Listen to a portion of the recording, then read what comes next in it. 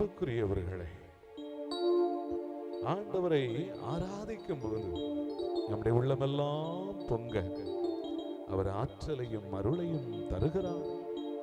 கடவுளை துதிக்கிறவர்களை ஆண்டவர் உயர்த்தி ஆசீர்வதிக்கிறார். ஆண்டவரை ஆராதிப்போம், தெய்வத்தை நாம் மகிமைப்படுத்துவோம். ஆமென்.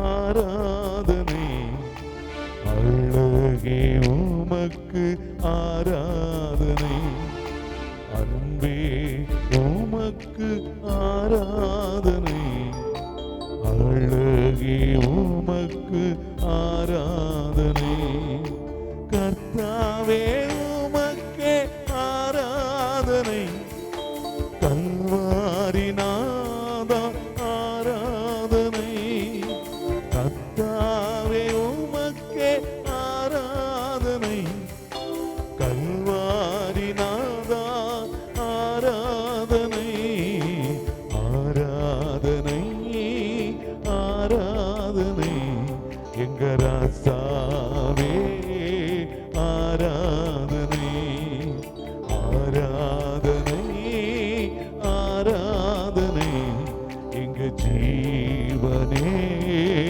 ஆராதனை.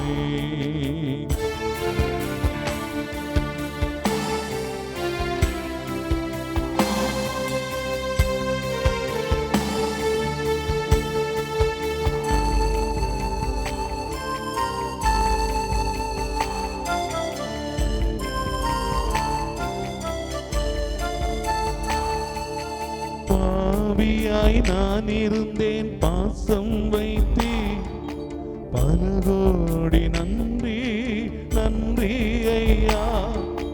பாவியாய் நான் இருந்தேன், பாசம் வைத்தேன், பல கோடி நன்றி நன்றி ஐயா.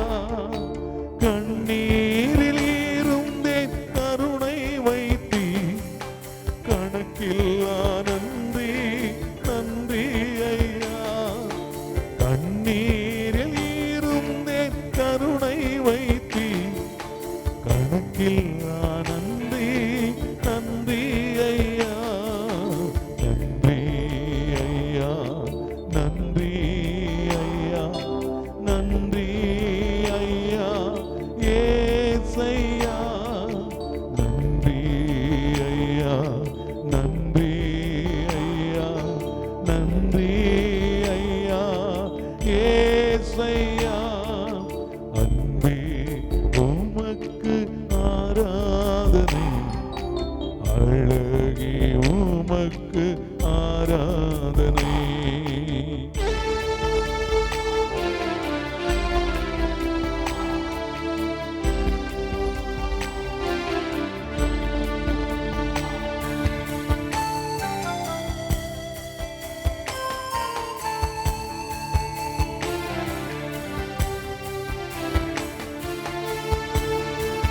ஊழியம் தந்து உடனிருந்தீரே, பல கோடி நன்றி நன்றி ஐயா.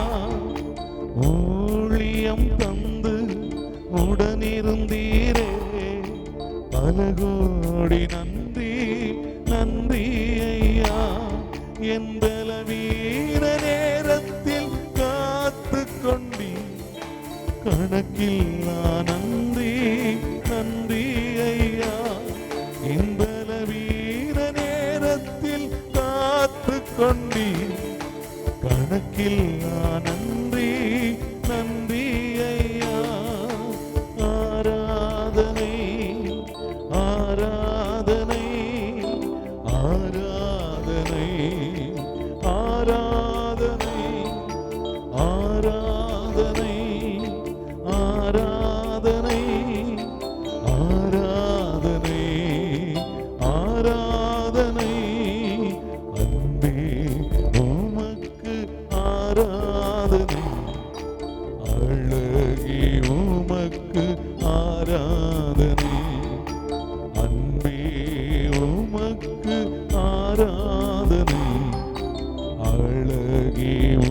உமக்கு ஆராதனை. கர்த்தாவே உமக்கே ஆராதனை. கல்வாரி நாதா ஆராதனை. கர்த்தாவே உமக்கே ஆராதனை. கல்வாரி நாதா ஆராதனை. அன்பே உமக்கு ஆராதனை. அழகே உமக்கு ஆராதனை. ஆராதனை ஆராதனை எங்க ராசாவே ஆராதனை. ஆராதனை ஆராதனை எங்க ஜீவனே ஆராதனை. அல்லேலூயா அல்லேலூயா அல்லேலூயா அல்லேலூயா.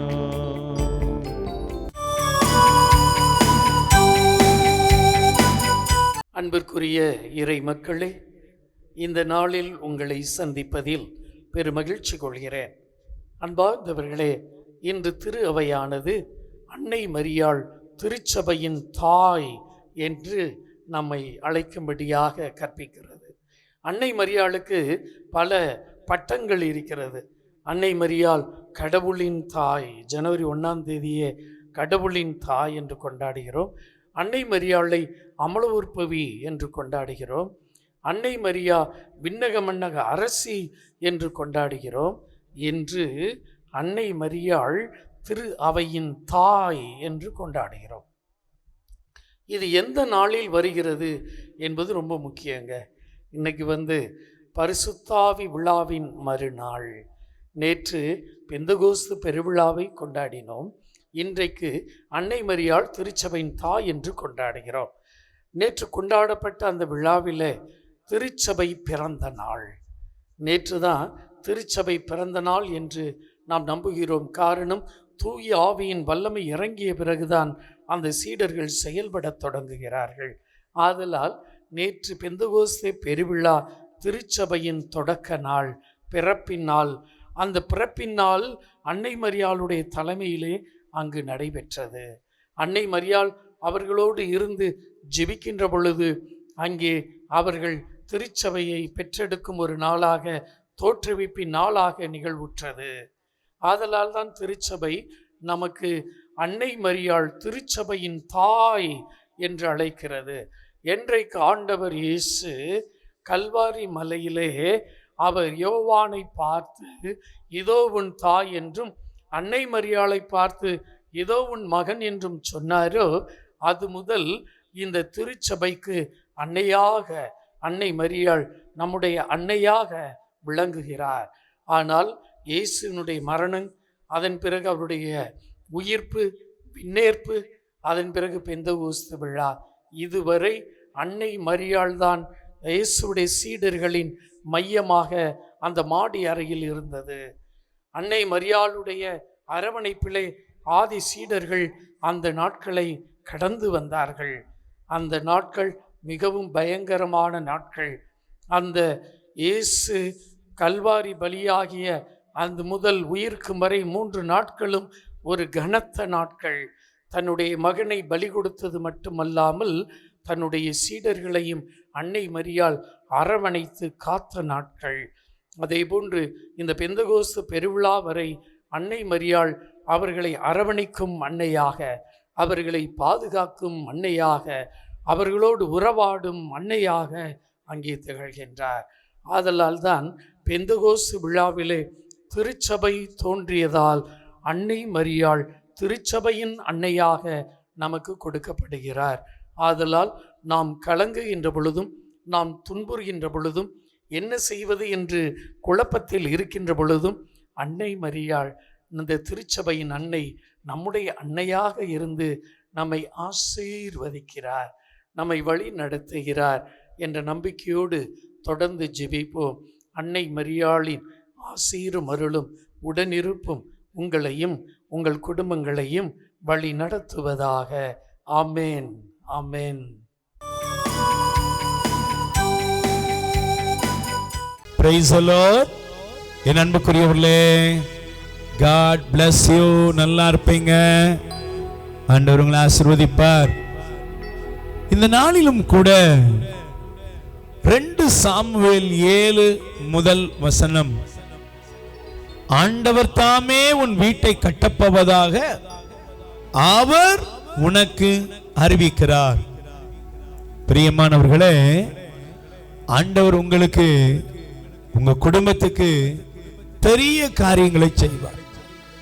நீங்க தைரியமா சொல்லுங்களேன், என் குடும்பத்தை ஆண்டவர் கட்டி எழுப்புவார்.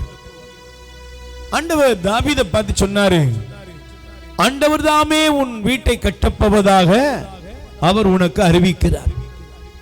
இன்னைக்கு உங்க வீட்டை ஆண்டவர் கட்டி எழுப்புவார். பாருங்க, நிறைய நேரங்கள்ல இந்த கட்டி எழுப்புதல் அப்படிங்கிறது நம்ம கூட நிறைய முயற்சி எல்லாம் பண்ணுவோம்.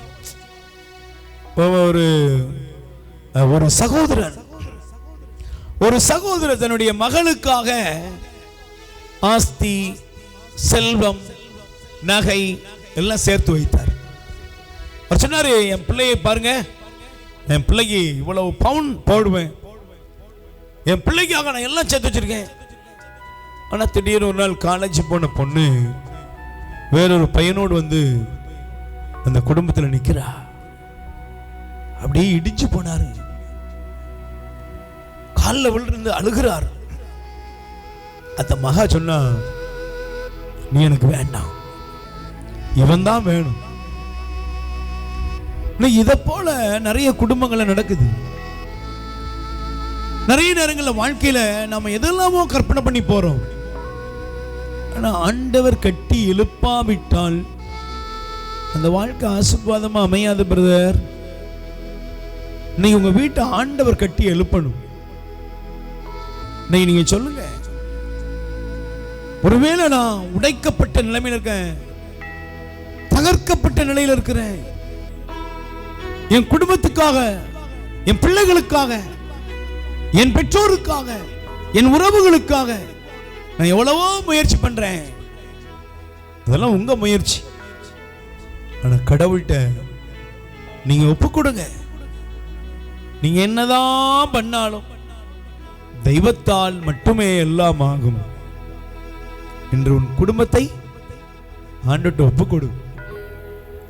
நகையெல்லாம் குடும்பத்தை கட்டி எழுப்புமா? அழகெல்லாம் குடும்பத்தை கட்டி எழுப்புமா? அறிவெல்லாம் குடும்பத்தை கட்டி எழுப்புமா? இல்லைங்க, கடவுள் தான் வீட்டை கட்டி எழுப்புவார். வீட்டை கட்டி எழுப்புவார். சொல்லுங்கள், என் குடும்பத்தை கட்டி எழுப்பும் ஆண்டவரே, என் குடும்பத்தை கட்டி எழுப்பும் ஆண்டவரே. அப்பா, என் குடும்பத்தை கட்டி எழுப்பும் என்று சொல்லி ஜெபிக்கிற இவர்கள் மீது தயவாய் மனம் இறங்குவீராக. உம்முடைய அற்புத கரம் இறங்கட்டும். ஒருவேளை பிள்ளைகளால் காயப்பட்ட பெற்றோராக இருக்கலாம், ஒருவேளை பிரிந்து வாடுகிற கணவன் மனைவியாக இருக்கலாம், ஒருவேளை ஏமாற்றப்பட்ட நிலையில் இருக்கிற மகனாக மகளாக இருக்கலாம். இவர்கள் எங்கே இழப்புகளையும் வேதனைகளையும் சந்தித்தார்களோ அந்த சூழ்நிலைகளை மாற்றி இவர்கள் குடும்பத்தை கட்டி எழுப்பி ஆசீர்வதி.